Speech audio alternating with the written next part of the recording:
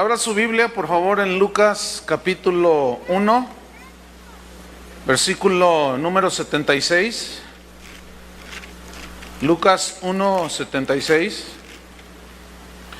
Y continuamos con nuestra serie El verdadero evangelio. Este es el tema número 8 y se titula La locura de un profeta.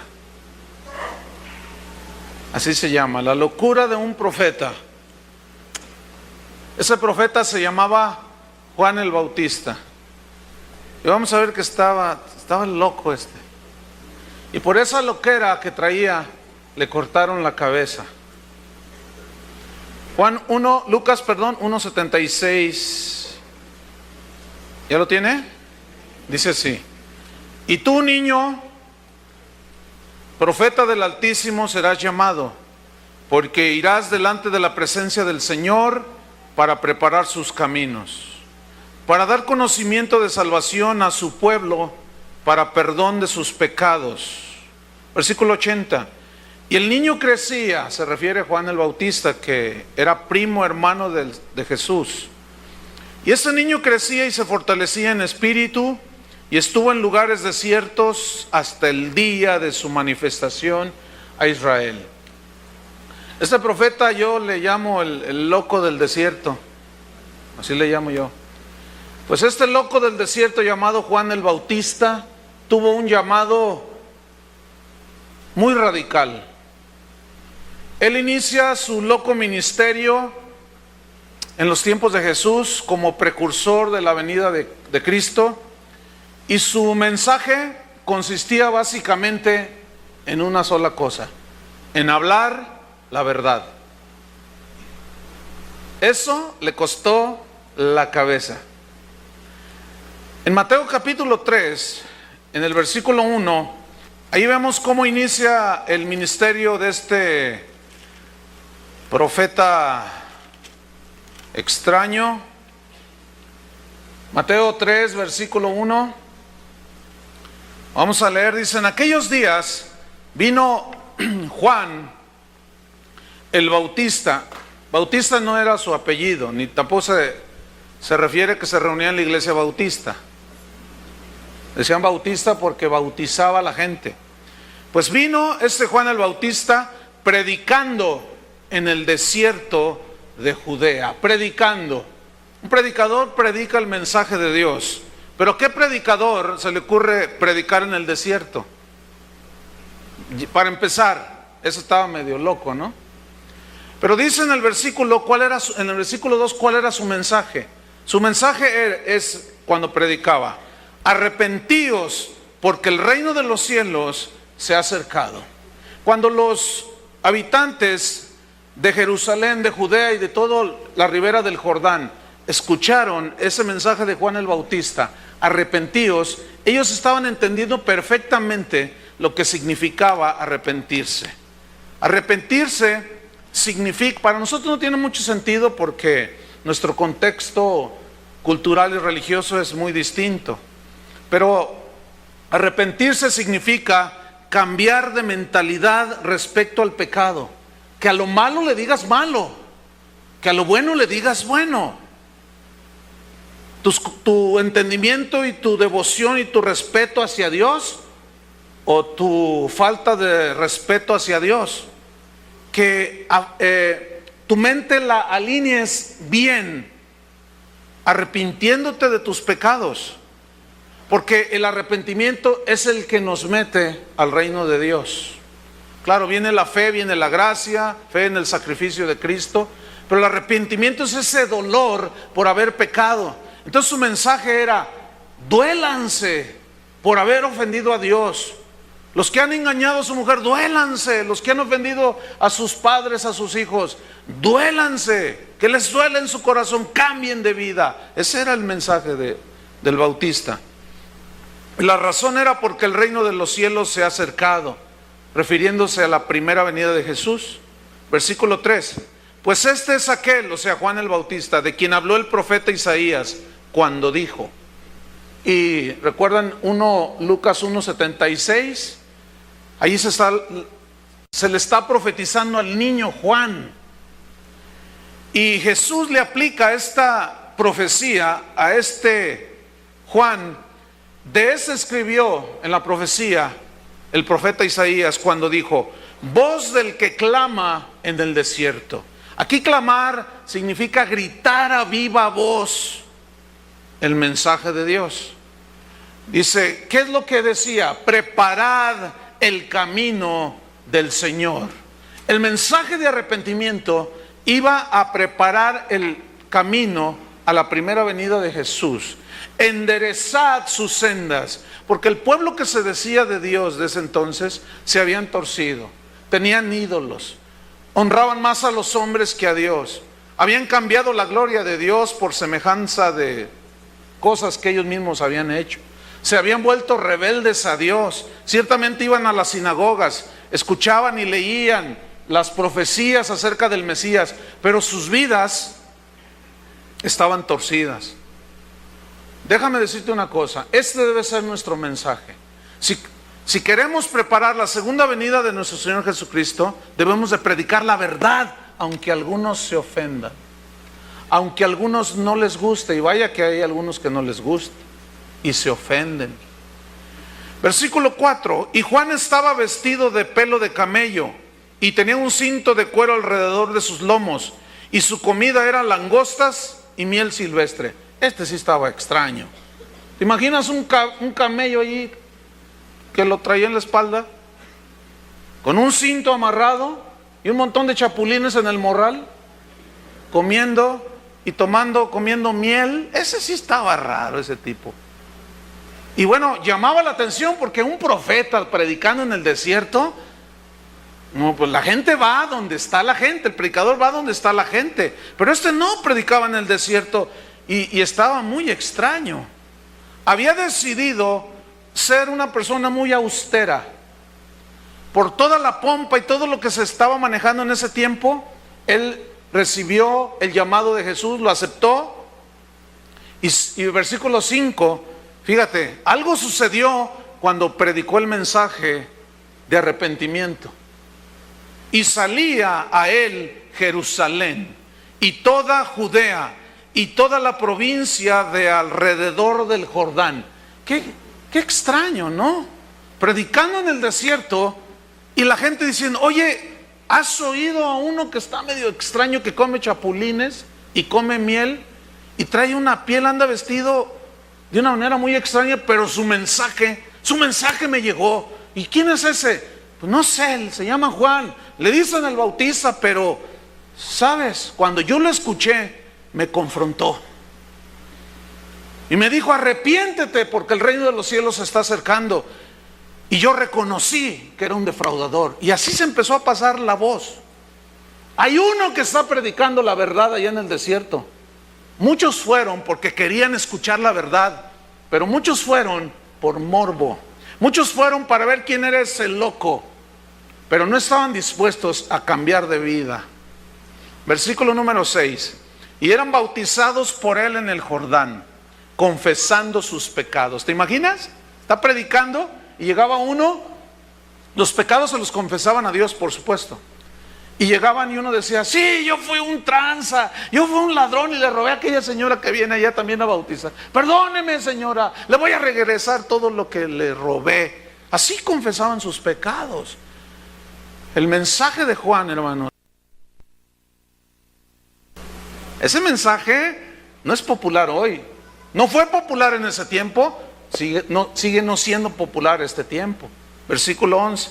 Yo, dice Juan, a la verdad os bautizo en agua para arrepentimiento, como una señal de que ustedes realmente están listos para recibir el reino de Dios en Jesucristo.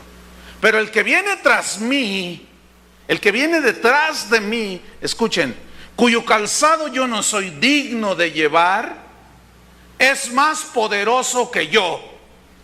Bienaventurado el predicador que reconoce que Jesús es más poderoso que él. Bienaventurado el cristiano que reconoce que Jesús es más poderoso que él. Bienaventurados aquellos que reconocen que Dios es el Todopoderoso, que Jesús es más poderoso que cualquiera. Pero hoy los ves en la televisión, los oyes predicar. Yo acabo de ver a uno hace poquito. Y dice, a ver, ¿alguien me puede decir, antes de que mi ministerio iniciara, cuándo habían visto el poder que hoy están viendo en nuestro país? Es la unción, dice, es la unción, porque habla como NG, es la unción que yo tengo. La gente me toca, la gente se me abalanza porque es la unción que yo tengo. Y esa unción que yo tengo es la que yo les doy a ustedes. Díganme, ¿cuándo en nuestro país habían visto lo que ahora ven a partir de que Dios me levantó a mí? Y tú dices, ay, bienaventurado el predicador que reconoce que los dones, que la gracia, que todo lo que tenemos es un regalo de Dios, y que el poder, la gloria y todo, ¿a quién le pertenece? A Dios. Cuando ustedes escuchen a un predicador que se atribuye el poder y las cosas que están pasando, tienen enfrente a un falso profeta. ¿Escucharon? Porque el profeta de Dios, el hombre de Dios, es humilde y reconoce que el poderoso es Él, no ellos. Cuando escuches a alguien se para un púlpito, lo ves en la televisión y dice, por el sistema que yo inventé es que la iglesia ha crecido. Ya no es por la convicción del Espíritu Santo en base a la predicación, sino es por tu sistema, es por mi sistema que yo inventé. Tienes enfrente a uno más poderoso que Jesús, y cualquiera que pretenda hacer eso es un falso profeta. Y Juan dice, Él es más poderoso que yo. En otra parte, cuando Jesús llega a ser bautizado por Juan, Juan lo ve y dice, este es el Cordero de Dios que quita el pecado del mundo. Este es el Cordero. Le dice, bautízame, Juan. Dice, no, yo debo ser bautizado por ti. No, tú bautízame, Juan, para que se cumpla toda justicia. Y lo bautizó a Jesús. Se abre el cielo y ve, él es testigo de cómo el Espíritu Santo desciende sobre Jesús y se posa sobre de él. Y Juan dice, es necesario a él oír, porque es necesario que él crezca y yo mengüe. Mientras menos me vea yo, mejor, que se vea él. Escúchenme bien, cuando un predicador tiene un espíritu de protagonismo, ese quiere ser visto. Ese parece que ahora la estrategia es que me vean a mí. A él no, que me vean a mí. Mientras que los profetas y los hombres de Dios de la Biblia decían, es necesario que yo mengüe y que él crezca. Pablo decía, porque no nos predicamos a nosotros mismos, sino a Jesucristo y a este crucificado. El mensaje es Jesús, hermanos. No es ni en dónde yo he viajado. Hoy te metes a las páginas de internet de los predicadores más famosos y ¿han visto al camaleón? ¿Sí lo han visto, el camaleón? El de IFE, hombre, el de la botadera. Ahora es el camaleón en África, y ahí está el camaleón. El camaleón en Rusia. Y hoy es una promoción de dónde estás, cuántos libros has escrito, cuántos CDs has grabado. Y tú dices, bueno, ¿y este? Bueno, parece como que esa es la estrategia de hoy. Pero lo único que estás viendo es gente que no reconoce que Él es más poderoso y que se quedan con la gloria. Mucho cuidado, hermanos. Ahora sí que miren, ¿cómo? Mucho ojo. Que nadie te engañe. Y si tienes duda, cuéntaselo a alguien que te ayude. No te dejes engañar. Entonces les dice, ya el hacha está puesta. Todo algo que no da fruto, buen fruto, es cortado y echado en el fuego. Yo a la verdad, versículo 11, os bautizo en agua, pero viene uno mayor que yo, ese es más poderoso. Él os bautizará en Espíritu Santo y fuego. Para fin de que alguien sea llenado del Espíritu Santo, tiene que haberse arrepentido. Entonces viene el fuego de Dios que quema, que purifica, que limpia. nuestras mentes, conciencias, nuestros caminos, porque una de las cualidades del fuego es que el calor purifica el metal y nosotros somos tesoro para Dios, y el fuego purificas tu mente, tu corazón, tu alma, tus caminos. Versículo 12, su aventador está en su mano y limpiará su era y recogerá su trigo en el granero y quemará la paja en fuego que nunca se apagará. Ese era el mensaje de Juan el Bautista. Qué loco mensaje. Ahora, este mensaje de arrepentimiento, de confrontación, de decirles la verdad, le costó a Juan la cabeza. Le cortaron la cabeza. Mateo capítulo 14. Vamos a ver allí cuando aparece Jesús en la escena y comienza a hablar acerca de Juan el Bautista. Algo pasó allí. Capítulo 14, versículo 1. En aquel tiempo, Herodes el tetrarca, hagan de cuenta el gobernador, oyó la fama de Jesús y dijo a sus criados: este es Juan el Bautista, ha resucitado de los muertos y por eso actúan en él estos poderes. ¿Por qué dijo esto? Porque en este episodio ya Herodes había asesinado a Juan el Bautista, ya le había cortado la cabeza, pero escuchen, lo mata y oye la fama de Jesús y dice: ay, Juan el Bautista resucitó. ¿Por qué dijo eso? Porque su conciencia no lo dejaba. Escúchenme bien, te pueden cortar la cabeza, me pueden cortar la cabeza, le pueden cortar la cabeza a los que verdaderamente quieren caminar con Dios, pero siempre habrá otro que se levanta confrontando los pecados de la gente. Tarde o temprano tu pecado te alcanzará. Algunos piensan que acallando al Bautista, como pensó Herodes, todo se terminaba. Ahora, ¿por qué lo mató? Ahí la respuesta en el versículo 3.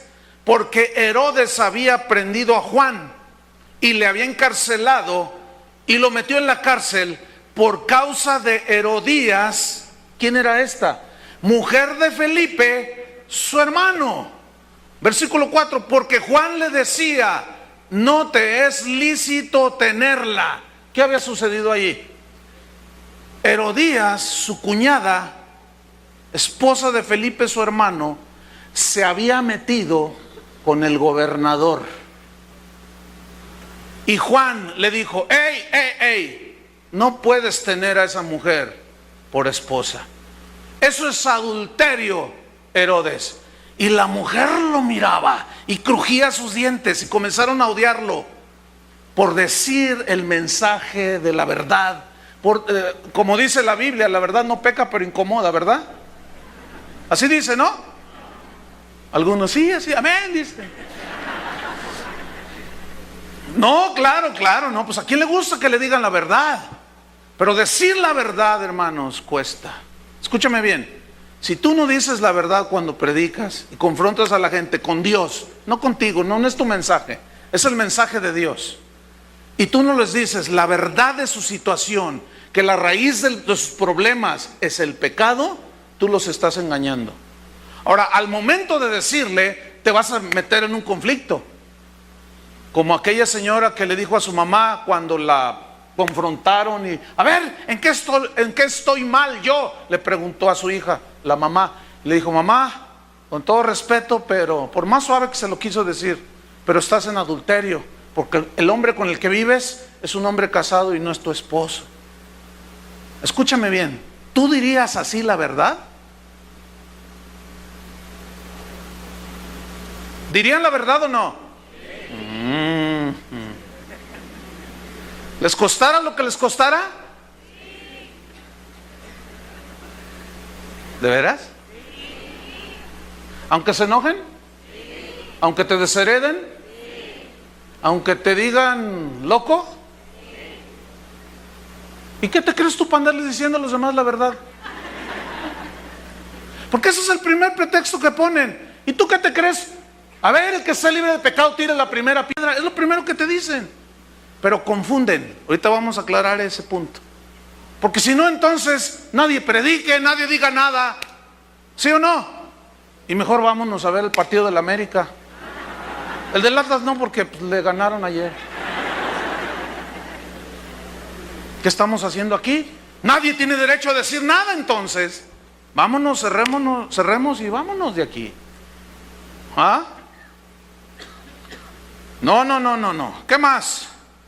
Le decía, no puedes tener a esa mujer. Versículo 5, y Herodes quería matarle. Pues claro. Mira, Juan el Bautista le costó la cabeza.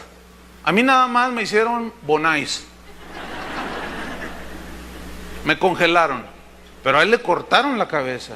A él quería matarlo Herodes. Decía, ¿y este qué se cree? ¿Que no sabe quién soy? Soy el gobernador. Tú le dirías al jefe de donde trabajas, a tu jefe, que anda con la secretaria y sabes que tiene sus hijitos y su esposa ya esperándolo, ¿le dirías tú que está mal lo que está haciendo? Sí, cómo no. Sí, ¿vieran cómo les creo que le van a decir? Uy, sí, claro, por supuesto.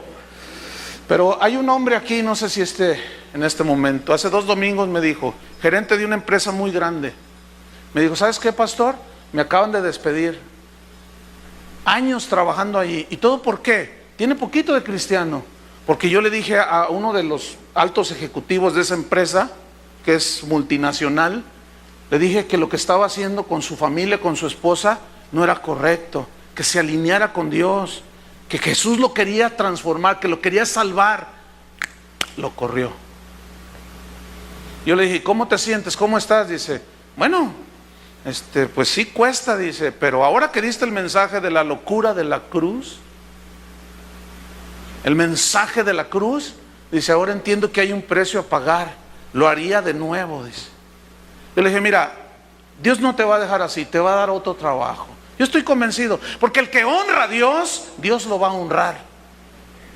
Bueno, él perdió su trabajo, a mí me congelaron, pero a Juan le cortaron la cabeza.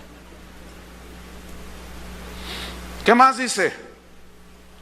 Versículo 6, el 5, pero Herodes quería matarle, pero, temía al pueblo porque tenían a Juan por profeta.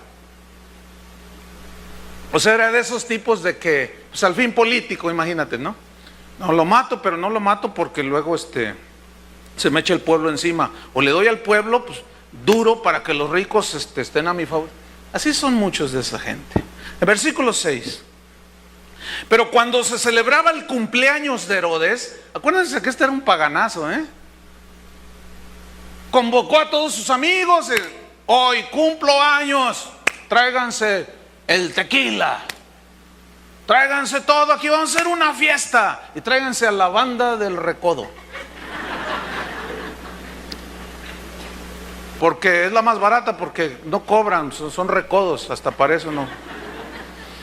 Dice, entonces el tipo pues se emborracha, es lo más normal en gente así.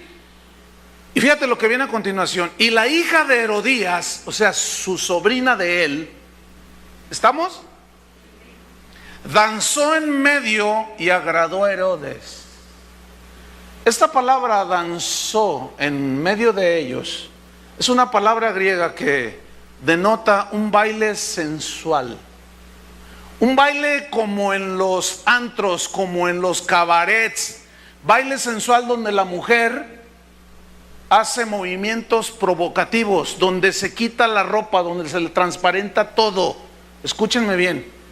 ¿A qué tío que sea sano en su mente y corazón se va a poner a ver a su sobrina bailando semidesnuda? ¿A qué tío? Solo un perverso como ese. Déjenme decirles, hermano, el mundo está lleno de ese tipo de gente. Pero lo que es peor, la iglesia se han metido gente así, hermanos. Y esos son los primeros que ladran cuando cabalga Sancho. Pero no solo la muchacha, fíjate la muchachita medio desvistiéndose enfrente del tío, la mamá de la muchacha. estaba de acuerdo. Nada más horrible episodio en la Biblia que esto que estamos leyendo. Y le agradó a Herodes. Pues cómo no le iba a agradar. Estaba pervertido el hombre. Versículo número 7. Por lo cual éste le prometió con juramento darle todo lo que pidiese. En otro de los evangelios dice que le agradó la danza y le dijo: pídeme lo que quieras, ya al punto de las copas, ¿no? Todo borracho. Ya ven que los borrachos prometen de todo y que ahora sí voy a cambiar mi vida. Y al otro día ya se le pasa y vuelve otra vez el tipo. Y le dice: la mitad de mi reino te doy lo que tú me pidas, te lo regalo, le dice. Entonces versículo 8 dice: ella, la muchacha, instruida primero por su madre. Es que no puede ser semejante arpia, semejante carpilla, semejante mujer. No puede ser, hermanos. ¿Te imaginas la mujer esta aconsejando a su hija? Dice, ella instruida primero por su madre, dijo. En otro evangelio le dice: oye, el Herodes me quiere dar lo que quiera. Y mira, le voy a pedir el carro del año. Le voy a pedir, no le pidas nada, le dice. Pídele la cabeza de Juan el Bautista. Fíjate nomás, Le dice: dame aquí en un plato la cabeza de Juan el Bautista. Entonces el rey se entristeció. Acuérdense que estaba borracho. Ya ven que los borrachos también contentos, y al rato están chillando, y al rato, así estaba el tipo, ¿no? Pero a causa del juramento y de los que estaban con él a la mesa, mandó que se la diesen y ordenó decapitar a Juan en la cárcel. Y fue traída su cabeza en un plato y dada a la muchacha, y ella la presentó a su madre. Imagínate.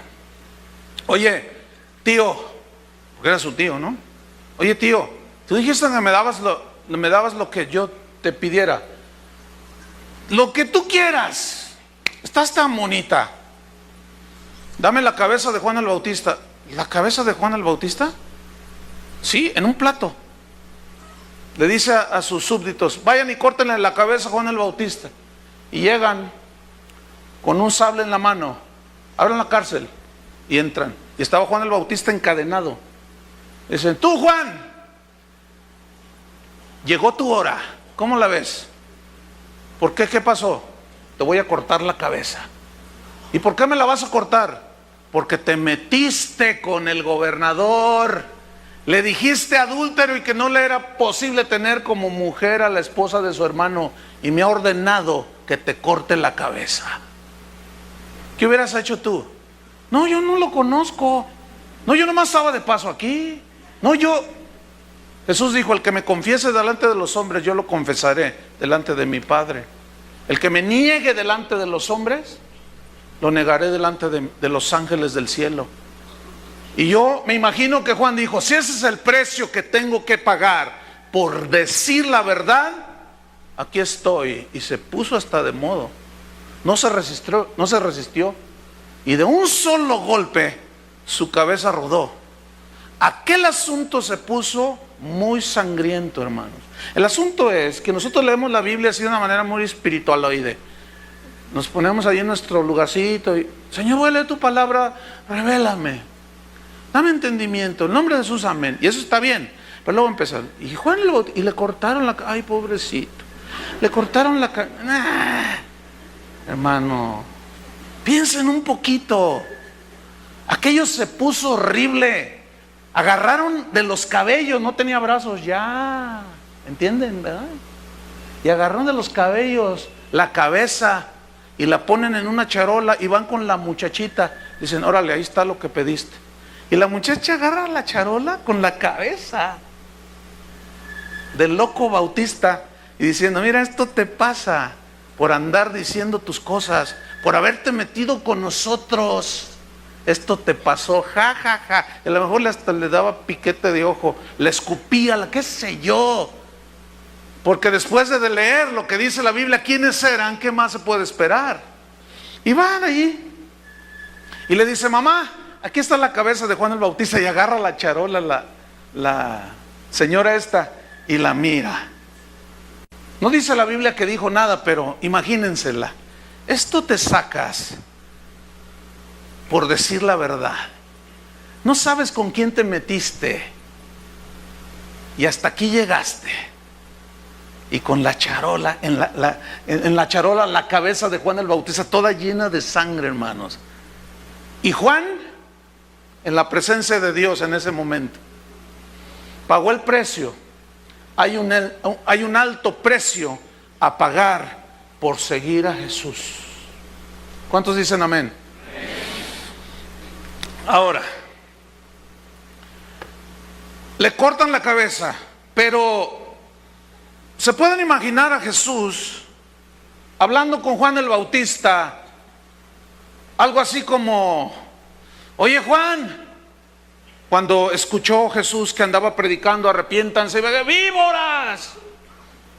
Oye, Juan, bájale tantito, ¿qué te pasa? No seas tan radical, Juan. Juanito, Juan.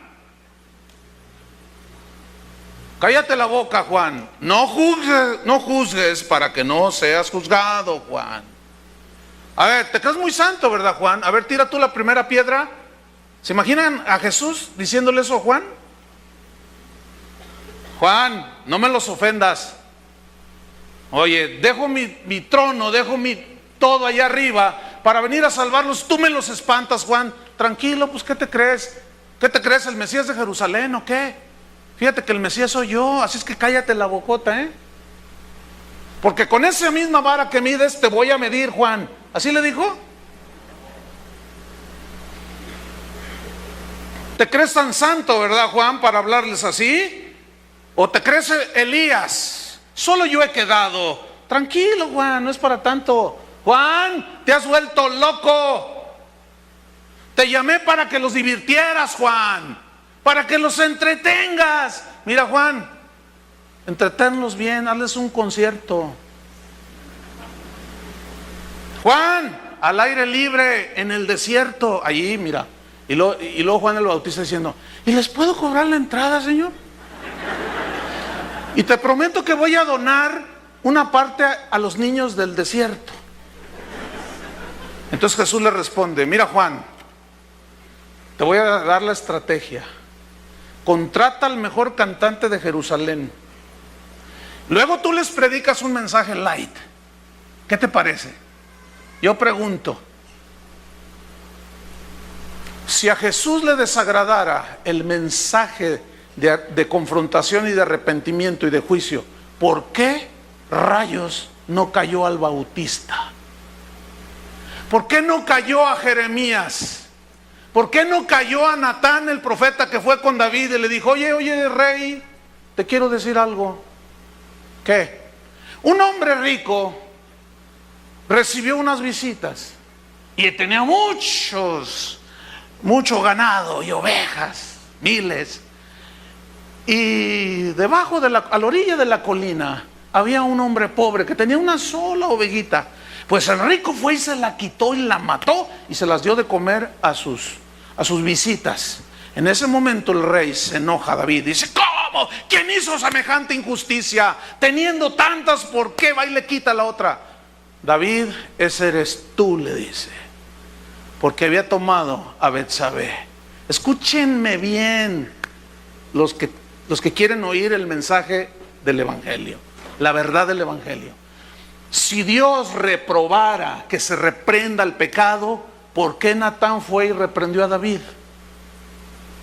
¿Por qué el profeta Juan Bautista fue y les dijo: generación de víboras? ¿Por qué? ¿Por qué David? ¿Por qué, Pablo? ¿Por qué Pedro? ¿Por qué los discípulos? ¿Por qué Esteban les dijo: ustedes mataron al justo? Y le costó la vida también.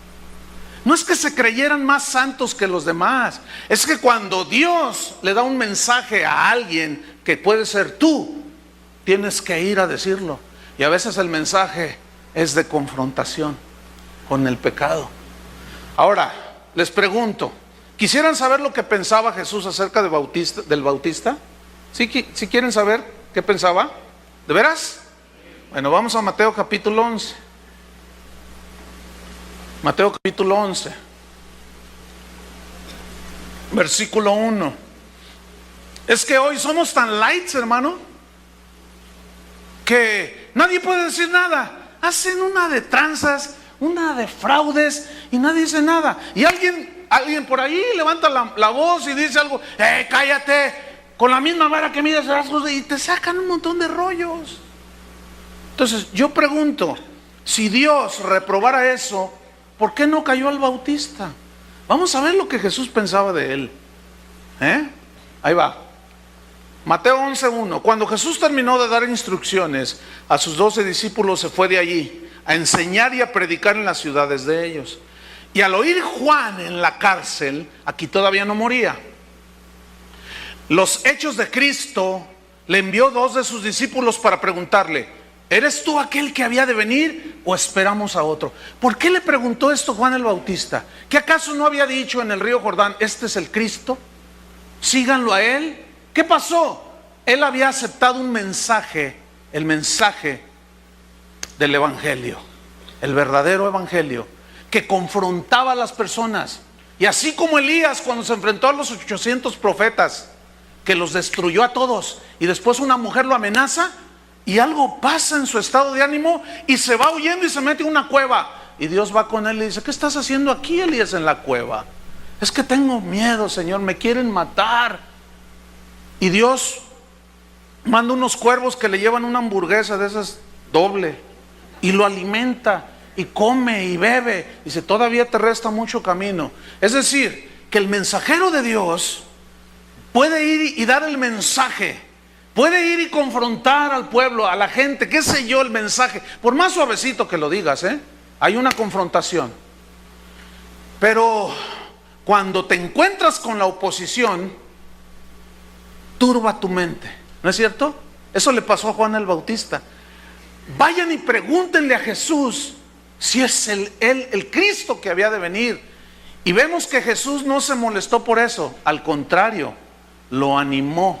¿Cuántos se identifican con esto? Que por predicar y querer vivir para Dios se han echado el mundo encima. ¿Cuántos? ¿Cuántos se han sentido así como que se deprimen y como que estaré bien? ¿No estaré yéndome al extremo?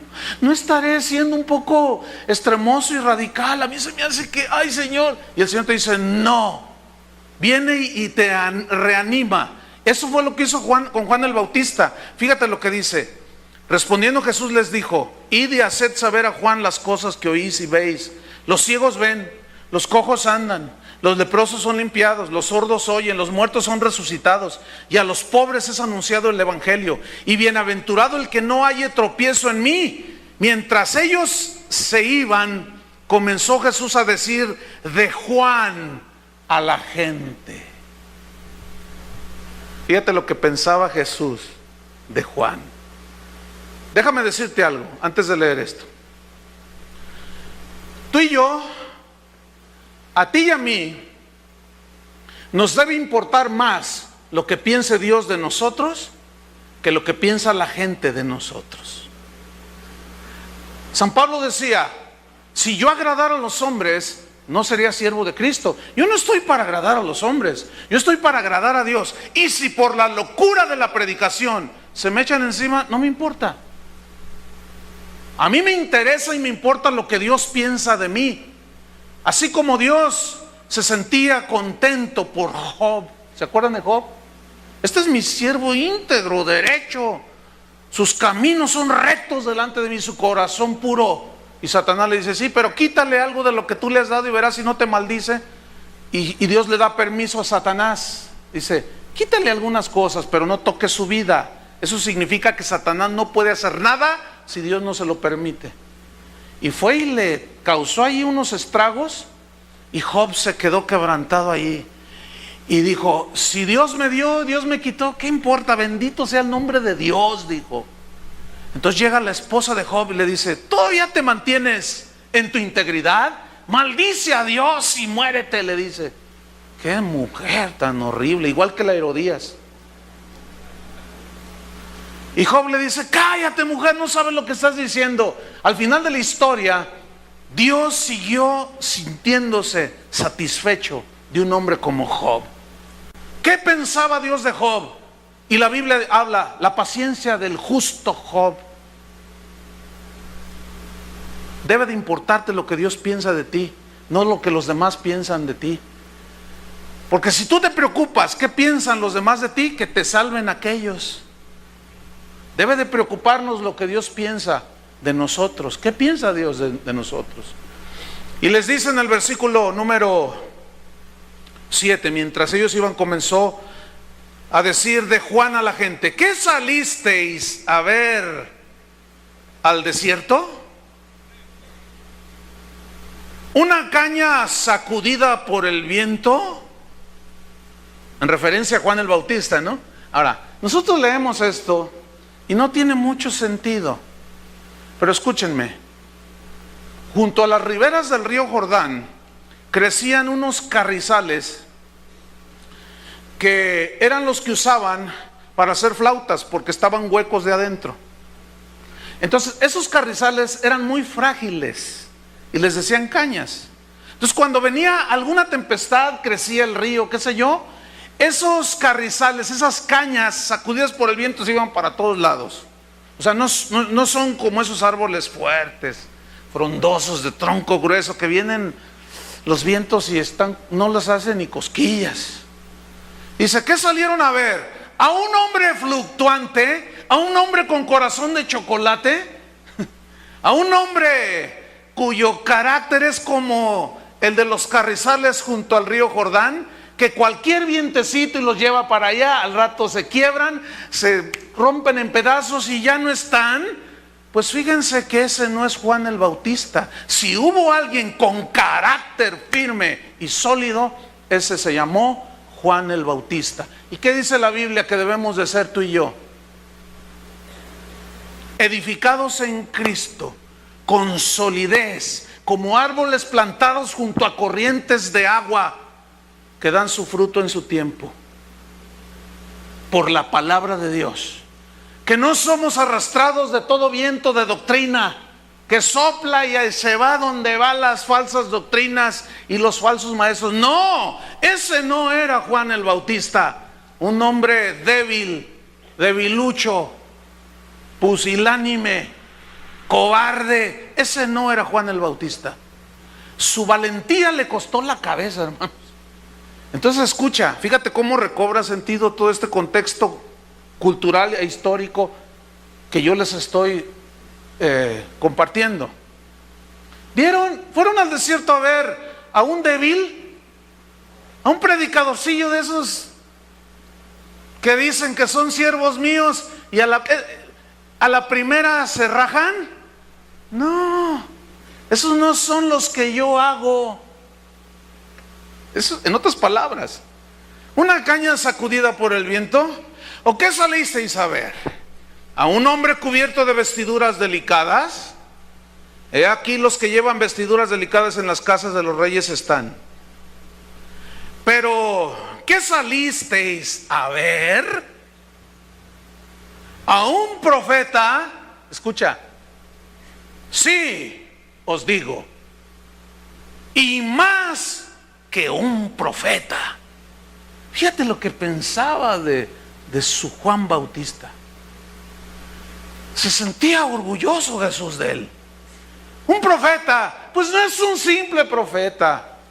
Ese es más que un profeta.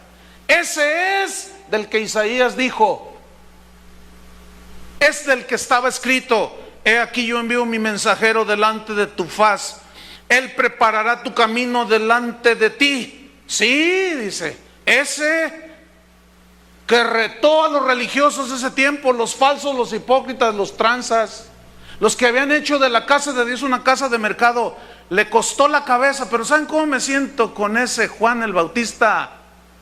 En otras palabras, me siento totalmente satisfecho de ver hombres que pueden dar su vida por mí, pero los cobardes y los incrédulos se van a ir al infierno. Apocalipsis, último capítulo. ¿No es cierto que está en la lista los cobardes? Y hay muchos que son cobardes, algunos son cobardes, pero hay otros que son valientes. aunque les cueste la cabeza. ¿Estás dispuesto? ¿De veras? Miren, mejor no digan sí, porque cuando Jesús les dice, me van a crucificar, me van a matar, pero no se preocupen, voy a resucitar. Y Pedro llega, Pedro se acerca y le dice, Señor, que tal cosa no te acontezca. Y dice, quítate delante de mí, Satanás, le dijo, porque tú pones tu vista en las cosas de la tierra. Entonces este Pedro le dice, Señor, yo estoy aún dispuesto a dar la vida por ti. ¿De veras? Cuando llegó la hora de la hora, ni lo conozco. No, yo pasaba aquí, pasé por el tren ligero y vi que había un montón de gente. Dije, algo están regalando. Yo me bajé, yo por eso estoy aquí, pero en realidad yo ni lo conozco. Mejor no decir. Voy a hacer otra vez la pregunta, pero no digan nada. Hagan como María, acá en su corazón. ¿Estarían dispuestos aún a dar su cabeza por Cristo? No me contesten. No se aceleren como Pedro, porque a la hora que venga, ahí es cuando. Porque luego dicen sí, luego uno los identifica y a las primeras de cambio se andan rajando, cual caña débil y hueca. No, hermanos, no. Eso es algo que tenemos que estar llenos de convicción para poder soportar las adversidades que conlleva predicar el Evangelio. ¿Qué más? Dice en el versículo 9, sí os digo, y más que profeta. ¿Saben qué se necesita el día de hoy, hermanos? Se necesitan profetas. Pero no de esos profetillas chavas que andan quitándole el dinero a la gente. De esos yo estoy harto, estoy cansado de verlos y de oírlos. Hay un montón, es de lo que más hay. No, se necesitan verdaderos hombres y mujeres de Dios que sin temor alguno prediquen el Evangelio de Jesucristo. De eso se necesitan, hermano. ¿Saben que en el tiempo de la Reforma, allá en la Edad Media, desde el 1300 y pico, se empezaron a levantar hombres que empezaron a estudiar las Escrituras y empezaron a declarar el pecado de la iglesia? John Hus lo quemaron vivo. John Wycliffe lo quemaron vivo. Casi todos murieron como mártires de Jesucristo. El primer siglo está lleno de mártires de Jesús por ser valientes en seguir a Cristo. Hoy ese es el tipo de hombres que se necesitan, hermanos, y de mujeres. No tengan miedo. Hubo un hombre en el Antiguo Testamento llamado Ezequiel. Abran su Biblia ahí en Ezequiel, en el capítulo 2. Este era un hombre común y corriente como tú y yo, hermano. Ezequiel capítulo 2. Y Dios le hizo un llamado a este Ezequiel.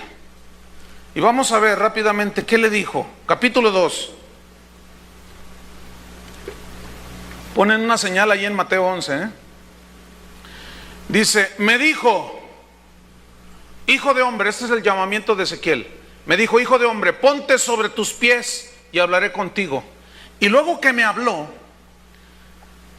entró el Espíritu en mí y me afirmó sobre mis pies. Esta frase, me afirmó, me hizo sólido como un roble por la palabra, por el llamamiento. Me afirmó. Hagan de cuenta, así como que habla de afirmar algo para que nada lo mueva, ni los vientos ni nada. Me afirmó, dice, sobre mis pies. Me hizo de ser un hombre débil y cobarde, me hizo un hombre sólido y de convicciones.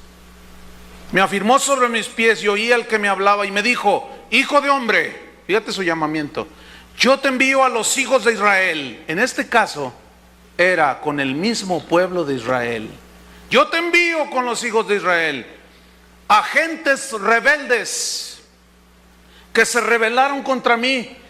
Ellos y sus padres se han rebelado contra mí y hasta este mismo día. Yo pues te envío a hijos de duro rostro y de empedernido corazón, y les dirás, así ha dicho Jehová. A ver, espérame, Ezequiel. ¿qué rayos te crees tú que eres? ¿Te crees más santo que ellos o qué? Con la misma vara que mides serás medido. Hermanos, al que entienda, entienda. Siempre va a haber hombres, siempre va a haber mujeres que caminan con Dios. Esos están autorizados a denunciar el pecado de la iglesia. ¿Pero dónde están? Hay bien poquitos. Espero que Dios levante un ejército de este lugar. Dice, así les dirás, así ha dicho Jehová el Señor. Versículo 5. ¿Acaso ellos escuchen? Pero si no escucharen, porque son casa rebelde, siempre conocerán que hubo profeta entre ellos. Si ellos nunca van a negar que nadie les dijo de sus tranzas que hacían.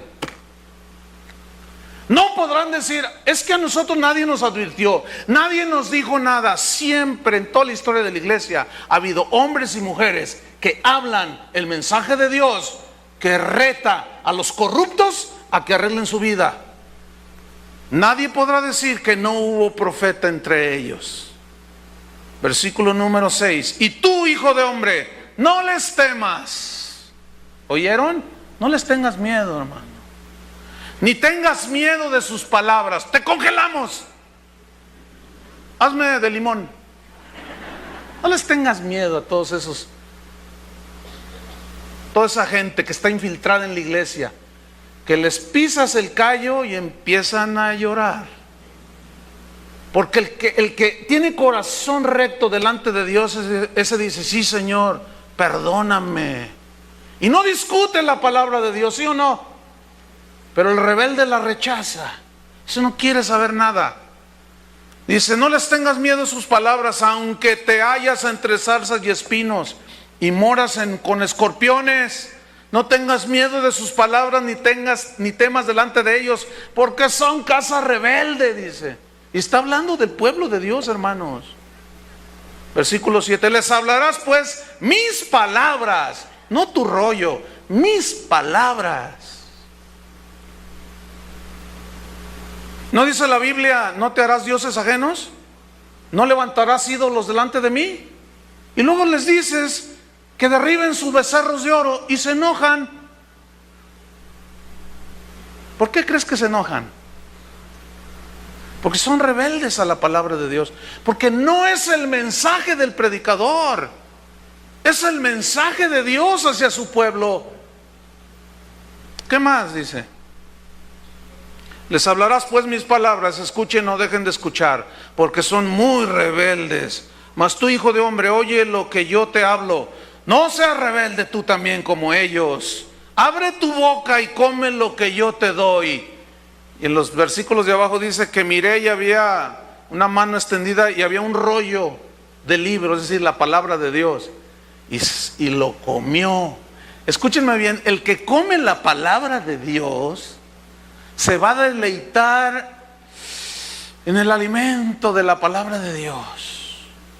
Pero va a haber un momento, el que come la palabra, que como Jeremías, comí el rollo, como Daniel, comí ese rollo y me fue dulce al paladar, pero de pronto se volvió amargo dentro de mi estómago. Y Jeremías dice, y quise sufrir eso, era como un fuego que penetró hasta mis huesos. Y me seduciste, oh Jehová, me has seducido, Señor, no voy ni les digo nada. Dice, pero había un fuego dentro de mí, quise soportarlo, pero como me puse a comer esto, ahí le di muy fuerte. Pero como me puse a comer la palabra de Dios, es imposible que si yo me la como, no la pueda digerir y entenderla. Y Dios me dijo, ve y dile a mi pueblo que se ha corrompido. Y quise sufrir eso y no pude. Y fui, dice, en la indignación de mi espíritu, todo enojado, todo. ¿Y por qué yo? Porque a ti te escogí. Y tú vas y les dices, fíjate lo que dice el versículo, en el capítulo 3, versículo número 7. Mas a la casa de Israel no te querrá oír. Fíjate nomás. Porque no me quiere oír a mí. porque toda la casa de Israel es dura de frente y obstinada de corazón. He aquí yo he hecho tu rostro fuerte contra el rostro de ellos, y tu frente fuerte contra sus frentes, como diamante, oro tu frente, te afirmé, Ezequiel. Más fuerte que pedernal he hecho tu frente, no los temas, ni tengas miedo delante de ellos, porque son casa rebelde. Fíjense lo que sucede en el versículo número 17, el 14. Me levantó pues el espíritu y me tomó, y fui en amargura, en la indignación de mi espíritu. ¿Y por qué yo? ¿Por qué no mandas a aquel? Tú no escoges el llamamiento. Ve y diles tú. Yo quiero que tú vayas y les digas. ¿Por qué yo? Iba todo amargado allí, todo pensando. ¿Y por qué soy yo el que les tengo que decir? ¿Que no hay otros? Tú no digas quién, yo te escogí a ti. Ve y diles.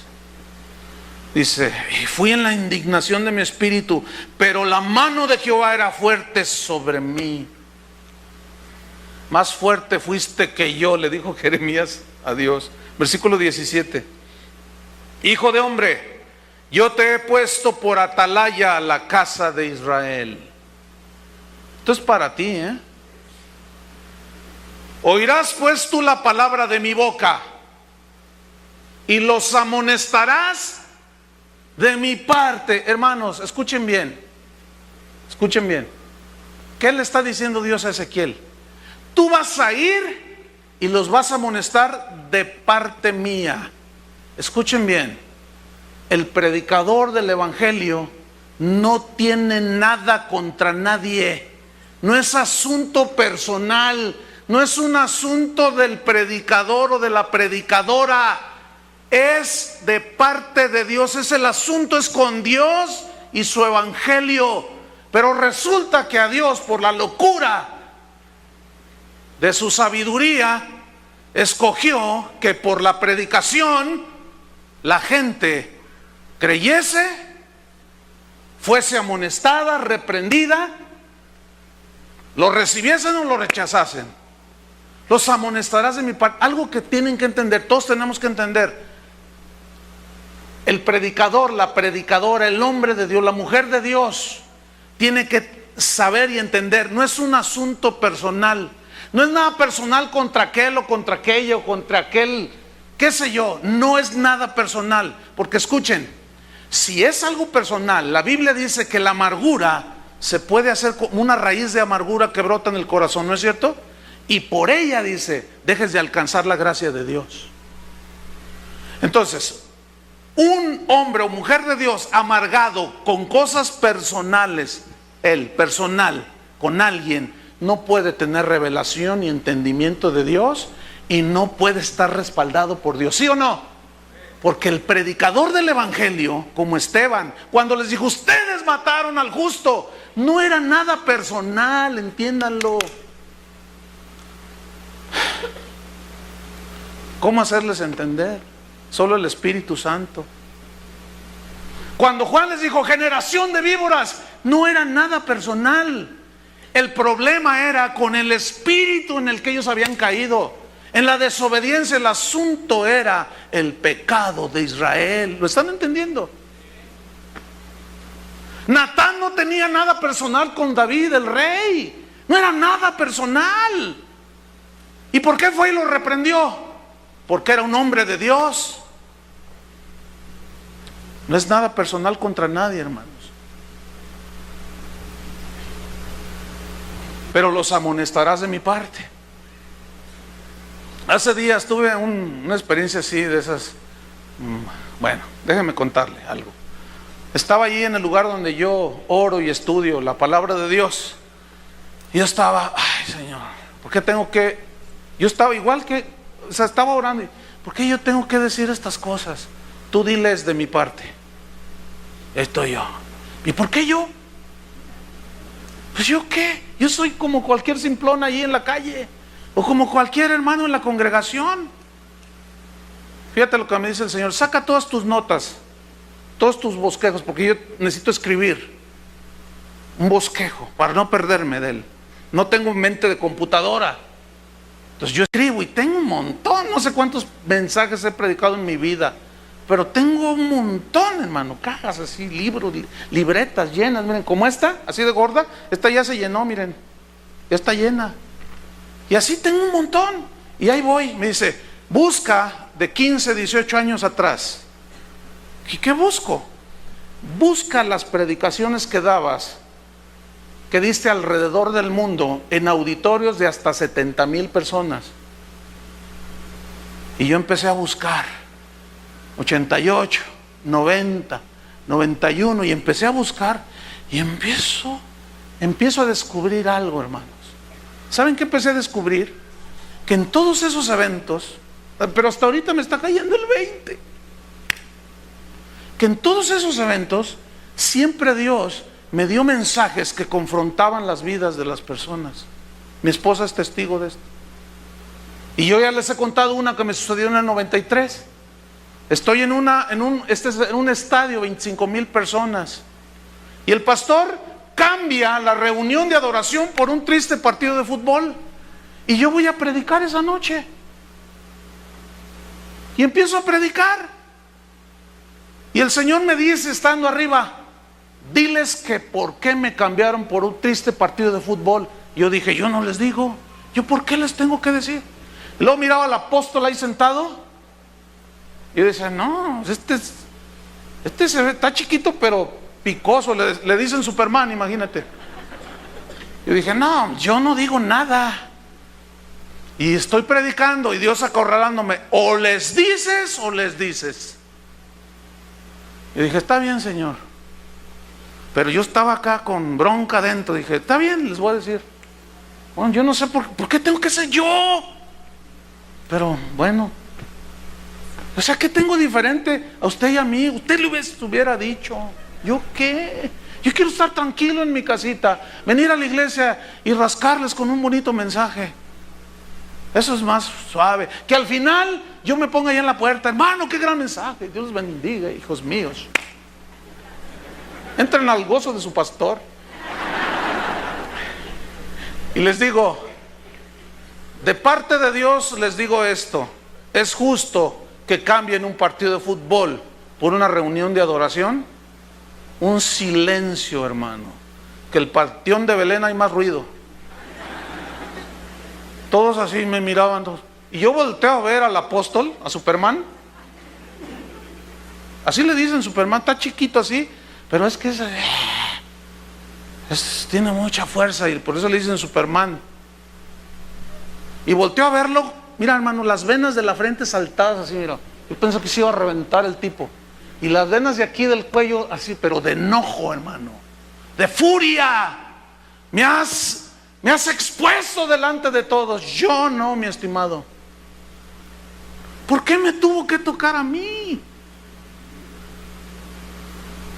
Y en un evento que hubo en México, ahí en el Palacio de los Deportes, 25,000 personas. Y estoy yo ahí.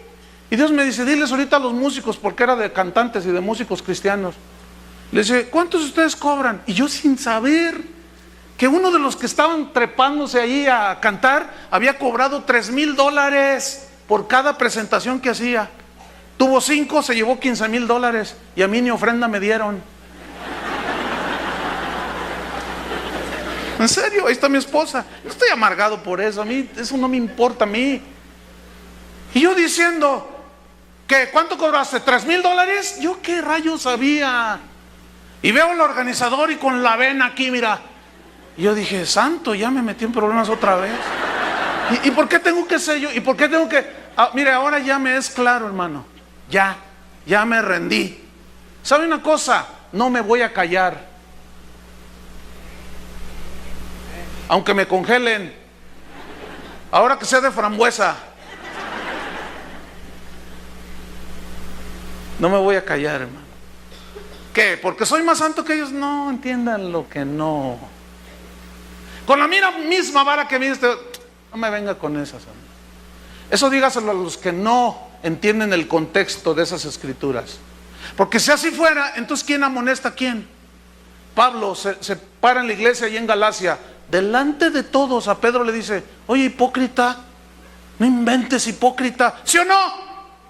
Gálatas capítulo 2, ¿sí o no? Oye, Pedro, dice, y delante de todos le dije: ¿cómo tú siendo judío obligas a los gentiles a judaizar? Mira, en tu hipocresía Bernabé y los demás han participado. No seas hipócrita, Pedro. Y Pedro: el que esté sin pecado tira la primera piedra. Cállate la boca. ¿Tú quién eres? Yo soy el Papa. ¿Y tú quién eres, Pablo? Cállate ¿Le dijo eso? No, hermano, porque esos discípulos eran distintos a los de ahora. Pero siempre, toda la vida, Dios ha levantado gente que hable. ¿Por qué? ¿Porque es más santa que los otros? No, simplemente porque Dios los escoge. Y escúchame bien, si te escoge, éntrale, si no, ni le entres, porque no te va a ir bien. Porque termino con esto, fíjate lo que dice, versículo número 18. Después que le dice: los amonestarás de mi parte. Cuando yo dijere al impío: de cierto morirás. Escuchen bien, pongan atención, ya estoy terminando. Y tú no le amonestares ni le hablares, para que el impío sea percibido de su mal camino, a fin de que viva. El impío morirá por su maldad, pero su sangre derramaré de tu mano. ¿Saben una cosa, hermanos? Escúchenme bien. Bueno, voy a leer el versículo 19. Pero si tú amonestares al impío y él no se convirtiere de su impiedad y de su mal camino, él morirá por su maldad, pero tú habrás librado tu alma. 20. Si el justo se apartare de su justicia e hiciere maldad y pusiere yo tropiezo delante de él, él morirá, porque tú no le amonestaste. En su pecado morirá, y sus justicias que había hecho no vendrán en memoria, pero su sangre demandaré de tu mano.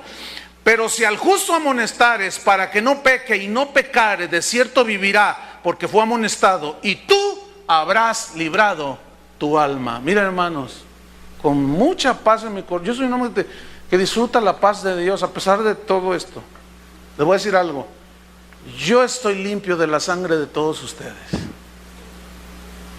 Nadie me puede decir que no se le dijo nada. Yo, miren, como Pablo dijo: sacudo mis pies, les dijo a los que no lo habían recibido, y me vuelvo a los gentiles. Yo estoy limpio de toda la sangre de ustedes, porque yo les prediqué todo el consejo de Dios. Escúchenme bien, cuando yo me pare enfrente de aquel día en el tribunal de Cristo, cuando tú te pares en el tribunal de Cristo a rendir cuentas, yo quiero pararme y que el Señor me diga: estás limpio de la sangre de Dios. Yo te dije: amonesta a mi iglesia, y lo hiciste. Ahí está la prueba. 18 años, hermanos, de predicar alrededor del mundo. Yo tengo un montón de predicaciones. Los que son de aquí saben, son miles de mensajes, pero unos poquitos son como estos, ¿sí o no? Ya tenía que llegar el momento de ubicar las cosas. Pero yo puedo decir con la cara a Dios: yo estoy limpio de la sangre de todos ustedes, hermanos. Tengo paz. Cada vez que yo me he parado en esos auditorios y les he dicho, fue de parte de Dios. Yo estoy limpio de la sangre de ellos. Si ellos se arrepienten, bien por ellos, y si no, mal por ellos. Pero yo he limpiado, soy limpio de la sangre de todos ellos. Yo sé que mi cabeza puede rodar, pero yo estoy muy convencido de que parte del llamamiento que Dios me ha dado es este. Me pueden acusar de lo que sea, pero que me lo comprueben, eso será diferente. No me lo estoy dando del Superman y del super cristiano y del super pastor. No, ustedes que me conocen saben cómo soy. Pero termino con esto. Acuérdense que nadie es profeta en su tierra.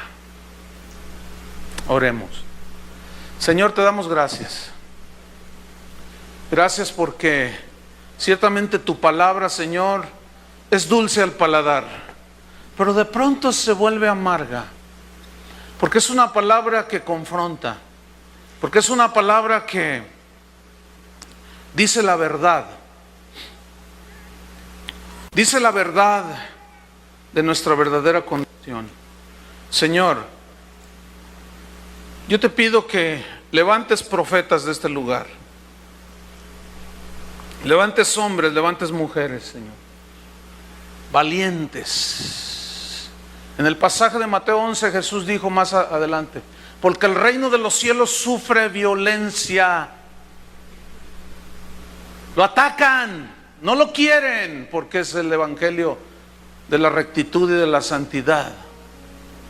Pero los violentos, dice, lo arrebatan. Y ahí hay un juego de palabras. Los violentos aquí se refieren a los que se abrazan de la cruz, hermanos, de los que se abrazan de Cristo, de los que se han hecho fuertes, sólidos por la palabra de Dios. Y los violentos lo arrebatan. ¿Notan cómo el camino se nos va haciendo cada vez más angosto? ¿Lo han notado? ¿Han notado cómo esa puerta que lleva a la vida se nos hace más angostita? ¿Cuántos quieren continuar? Pónganse de pie todos, por favor. Levanta tus manos a Dios. Si tú te sientes débil así, que Dios te fortalezca para continuar, hermano. Pero no le vamos a temer al mundo, ni al diablo, ni a los hombres malos que hay allá afuera, y menos a los que se han colado a la iglesia. Esos hay que exponerlos y avergonzarlos, según las Escrituras. Hay que desenmascararlos a esos. Pero para eso se necesita, hermanos, valentía. Y yo ruego que la actitud de Elías, habla del espíritu de Elías, sería derramado en los últimos tiempos. ¿Qué se refiere a esto? ¿Que un espíritu va a...? No. Es una actitud de Elías, del profeta de fuego, del profeta que, como Juan el Bautista, ese es el Elías que había de venir, dijo Jesús. Con un espíritu, con una vida recta, pero con una vida llena del fuego de Dios. ¿Cuántos quieren ese fuego? Pues vamos a enderezar los caminos, preparar la segunda venida de Jesucristo. No nos creemos los Mesías de Guadalajara ni tonterías de esas, no. Sin embargo, Dios está haciendo un llamamiento, hermanos, para seguir adelante. ¿Cuántos siguen a Jesús? Levanten sus manos a Dios. Señor, levanta Elías de aquí. Levanta hombres y mujeres, Señor. Los que han estado divagando entre dos pensamientos, que se decidan hoy, Señor. Si Jehová es Dios, que sigan a Dios. Y si sus ídolos son más poderosos, sigan a sus ídolos. Pero no más doblez, no más doblez. Convicción de que Dios, de que el Padre envió a Jesucristo a morir por nosotros. Y nos vamos a abrazar de la cruz y no la vamos a soltar. Y que la palabra de Dios esté en tu boca y Dios te dará palabra. A veces la hablarás osadamente, a veces con mucha ternura, pero nunca vamos a diluir el evangelio de Jesús. Padre, yo te pido que el que esté débil, endeble, lo afirmes hoy como Ezequiel, Señor. Que coma tus palabras, que se llene su vientre de tu palabra, Señor. Dales una misión y una encomienda aquí en la tierra. Que sea lo que sea, Señor. Somos tus hijos y estamos dispuestos a llegar al final. En el nombre de Jesús. Amén. Que Dios los bendiga mucho, hermanos.